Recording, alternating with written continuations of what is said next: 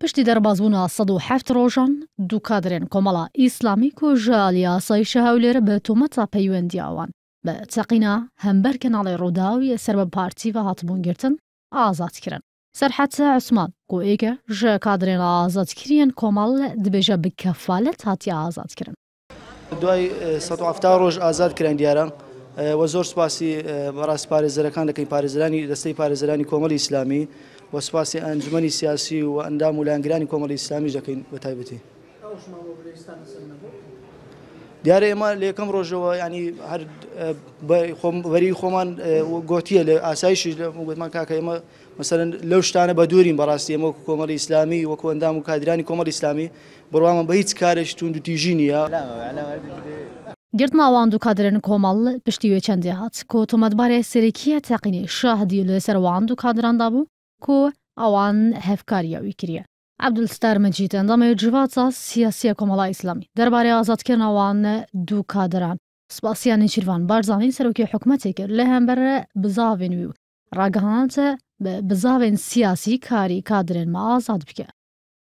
تاڕەتەیەکی زۆر ساغ بۆ تۆ کە هیچیان لەسەر نییە و بە دوای هەوڵەکانی کۆمەڵی ئیسلامی لە ڕووە سیاسیەکەیەوە کە هەموو هەرێمی کوردستان دەزان کە کۆمەڵ چەند بەخەم بووە بۆ کادیرەکانی خۆی چەند جارێکیش دووپاتمان کردوێتەوە وە زەختمان کردوێتەوە لەسەرەوەی کە ئەوانە بێتاوانن.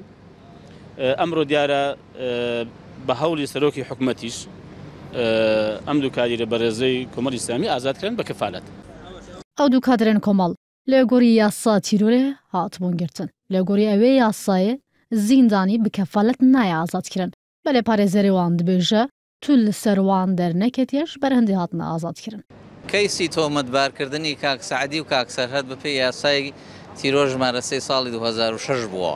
ئەم مادەی کە ئەوانی پێ تۆمەتبار کرابوون شمولی کەفالەت ناکا بەڵام ئێمە لە سەرەتاکانی لێکۆڵینەوە ئەمانوت کە هیچ دۆسیەیەکی وا بە یاسای تیرۆرێک لا ناکرێتەوە بەڵکو ناوهاتنی ئەوان زوڵم کاریەک بوو بەرامبەر بە خانەوادەی ئەوان بەرامبەر بە خودی کۆمەڵی ئیسلامی.